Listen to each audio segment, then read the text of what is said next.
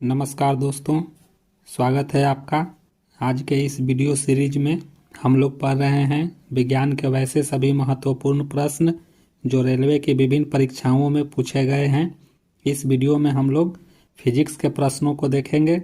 अगर आप इस वीडियो में नए हैं तो कृपया इस चैनल को सब्सक्राइब कर लें तथा प्लेलिस्ट में जाएं और ऐसे कई भी वीडियो हैं उन्हें भी देखें।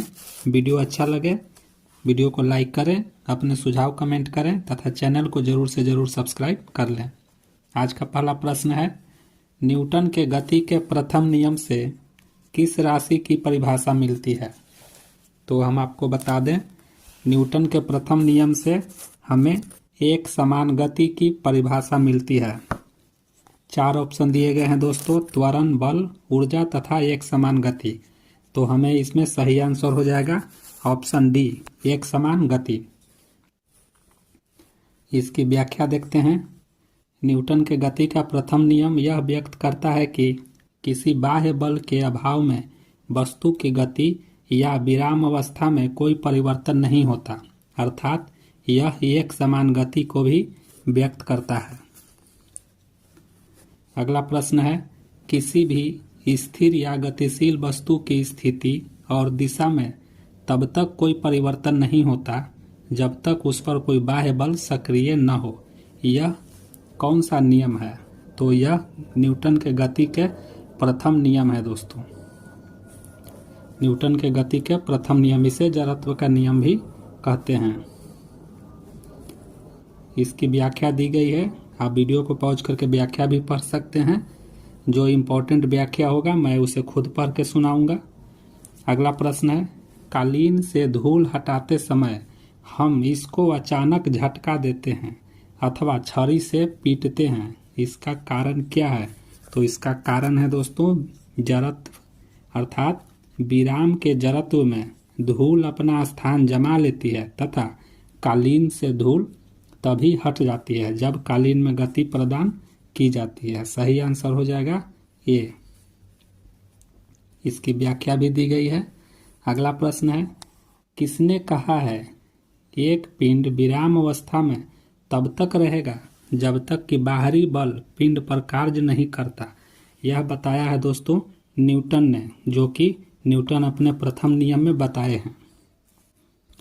अगला प्रश्न है, एक गतिशील बस में अचानक ब्रेक लगने से सवारी आगे की ओर झुक जाती है, यह किस नियम का पालन करता है? तो यह न्यूटन के गति के प्रथम नियम अर्थात जड़त्व के नियम का पालन करता है। अगला प्रश्न है, न्यूटन के गति का कौन सा नियम जड़त्व की व्याख्या करता है? आप जानते हैं दोस्तों, न्यूटन के गति के प्रथम नियम जड़त्व की व्याख्या करता है। अगला प्रश्न है, एक वस्तु के जड़त्व की प्रत्यक्ष निर्भरता कौन सी चीज पर होती है? तो आपको बता दें, जड़त्व की निर्भरता द्रव्यमान पर होती है।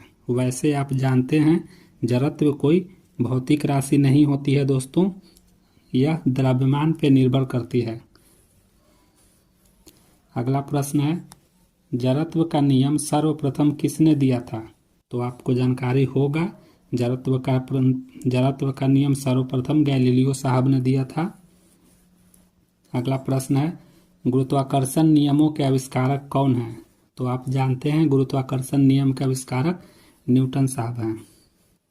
इन्होंने ही गुरुत्वाकर्षण के नियम बताए थे। अगला प्रश्न है, रेखीय संवेग संरक्षण बराबर होता है किसका? तो रेखीय संवेग संरक्षण बराबर होता है दोस्तों, आपको बता देते हैं, संवेग बोलते हैं बल तथा द्रव्यमान तथा वेग के गुणनफल को, जो कि इसमें से कोई भी ऑप्शन सही नहीं है। अगला प्रश्न है, व्यक्ति का भार उस लिफ्ट में अधिक होगा, अर्थात कौन सी लिफ्ट में व्यक्ति का भार अधिक हो जाता है? तो आपको बता दें, ऊपर की ओर त्वरित गति से जाने वाले लिफ्ट में व्यक्ति का भार अधिक हो जाता है। सही ऑप्शन सी हो जाएगा। अगला प्रश्न है, किसी पिंड के उस गुण धर्म को क्या कहते हैं जिससे वह सीधी रेखा में विराम या एक समान गति की स्थिति में किसी भी परिवर्तन का विरोध करती है? तो इसे हम लोग जड़त्व कहते हैं दोस्तों। अगला प्रश्न है, किसी पिंड का वेग समरूप कहा जाता है कब? जब वेग का मान और दिशा दोनों नियत हो, अर्थात सही ऑप्शन सी। अगला प्रश्न है, एम द्रव्यमान का एक पिंड v वेग से एक दीवार से टकराता है और उसी चाल से वापस आता है, पिंड के संवेग में परिवर्तन कितना होगा? तो पिंड के संवेग में परिवर्तन 2mv हो जाएगा दोस्तों। अगला प्रश्न है, 1-2 ns संवेग वाले और 3 किलोग्राम द्रव्यमान वाले पिंड की गतिज ऊर्जा कितनी होगी? तो इसकी गतिज ऊर्जा हो जाएगी 2/3 जूल। अगला प्रश्न है, रॉकेट कौन से सिद्धांत पर कार्य करता है? तो आपको जानकारी होगा, रॉकेट संवेग संरक्षण के सिद्धांत पर कार्य करता है तथा यही रॉकेट न्यूटन के तृतीय नियम के सिद्धांत पर भी कार्य करता है। अगला प्रश्न है, एक मछुआरा झील में फंस गया है क्योंकि उसके मोटर बोट की मोट खराब हो गई है। किनारे तक पहुंचने के लिए उसे क्या करना चाहिए? तो किनारे तक पहुंचने के लिए उसे इकट्ठा की हुई मछलियों को किनारे से दूर फेंकना चाहिए, सही ऑप्शन बी। अगला प्रश्न है, SHM अर्थात सिंपल हार्मोनिक मोशन से गुजरने वाले कण के लिए वेग को विस्थापन के मुकाबले में आलेखित किया जाता है, वक्र कैसा होगा? तो वक्र इसका एक दीर्घवृत्त होगा, सही ऑप्शन ए। अगला प्रश्न है, शून्य में स्वतंत्र रूप से गिरने वाली वस्तुओं की गति कैसी होती है? तो ये एक समान त्वरण होता है, समान त्वरण से, अर्थात सही ऑप्शन सी हो जाएगा। अगला प्रश्न है, यदि पृथ्वी के उपग्रह की कक्षा दीर्घवृत्ताकार होती है तो दीर्घवृत्त का तल कहाँ होता है? तो दीर्घवृत्त का तल पृथ्वी के केंद्र से होकर जाता है, सही ऑप्शन सी। अगला प्रश्न है, स्प्रिंग का काठिन्य है, स्प्रिंग का काठिन्य क्या है? तो स्प्रिंग की भारवाहिका धारिता को हम लोग स्प्रिंग की काठिन्य कहते हैं। अगला प्रश्न है, तत्वों और यौगिक के अणुओं को किसके द्वारा दर्शाया जा सकता है? तो तत्वों के और यौगिक के अणुओं को रासायनिक सूत्र द्वारा दर्शाया जा सकता है। अगला प्रश्न है, निम्न इलेक्ट्रॉनिक विन्यास किस तत्व को सूचित करता है? तो यहाँ पर इलेक्ट्रॉनिक विन्यास दिया गया है दोस्तों, इसमें इलेक्ट्रॉनों की संख्या 2, 2, 4, 6, 4, 10, 1, 11 है, जो कि सोडियम को व्यक्त करता है। अगला प्रश्न है, तत्वों का सबसे पहले वर्गीकरण किसने किया था? तो तत्वों का सबसे पहला वर्गीकरण डोबेराइनर ने किया था।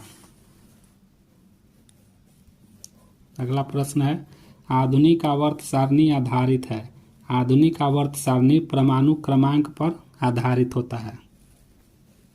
अगला प्रश्न है, आवर्त सारणी में सर्वाधिक इलेक्ट्रॉन बंधुता वाला तत्व कौन है? तो आवर्त सारणी में सबसे अधिक इलेक्ट्रॉन बंधुता वाला तत्व क्लोरीन है। अगला प्रश्न है, आवर्त सारणी का दीर्घ रूप निम्नलिखित के फलन के रूप में तत्व गुण धर्म पर आधारित होता है, परमाणु संख्या के आधार पर, सही ऑप्शन डी। अगला प्रश्न है, जार्मेनियम क्रिस्टल में आबंध है, जार्मेनियम क्रिस्टल में सहसंयोजी आबंध होता है दोस्तों, ऑप्शन नंबर बी सही हो जाएगा, सहसंयोजी आबंध। अगला प्रश्न है, वह सबसे छोटा कण जिसमें उस तत्व के सभी गुण विद्यमान होते हैं उसे क्या कहते हैं? उसे परमाणु कहते हैं दोस्तों, सही ऑप्शन ए परमाणु। अगला प्रश्न है, निम्नलिखित में से कौन सा गुण धर्म ठोस, द्रव एवं गैसों के लिए भिन्न भिन्न होता है? अणुओं की गति, अणुओं की गति दोस्तों ठोस के लिए, द्रव के लिए तथा गैस के लिए अलग अलग होता है, सही ऑप्शन ए। अगला प्रश्न है, विखंडन की प्रक्रिया उत्तरदायी होती है, विखंडन की प्रक्रिया किस में उत्तरदायी होती है दोस्तों? एटम बम में ऊर्जा मुक्त करने के लिए, एटम बम में ऊर्जा मुक्त होती है जो कि नाभिकीय विखंडन की प्रक्रिया के कारण होती है, सही ऑप्शन सी हो जाएगा। अगला प्रश्न है, सूर्य से ऊर्जा उत्सर्जित होती है। सूर्य से ऊर्जा नाभिकीय संलयन के द्वारा उत्सर्जित होती है। सही ऑप्शन ए। अगला प्रश्न है, इनमें से सबसे छोटा कौन है? सबसे छोटा इलेक्ट्रॉन होता है दोस्तों। अगला प्रश्न है, निम्नलिखित में से सबसे छोटा कण कौन है? तो सबसे छोटा कण इलेक्ट्रॉन, उसके बाद प्रोटॉन, उसके बाद न्यूट्रॉन। तो इसमें इलेक्ट्रॉन नहीं दिया गया है, तो मेरा सही आंसर प्रोटॉन हो जाएगा। अगला प्रश्न है, साधारण नमक का रासायनिक नाम क्या है? साधारण नमक का रासायनिक नाम सोडियम क्लोराइड होता है। अगला प्रश्न, जब कोई वस्तु धन आवेशित होती है तो वह क्या करती है? जब कोई वस्तु धन आवेशित होती है तो वह इलेक्ट्रॉन का परित्याग कर देती है। सही ऑप्शन ए।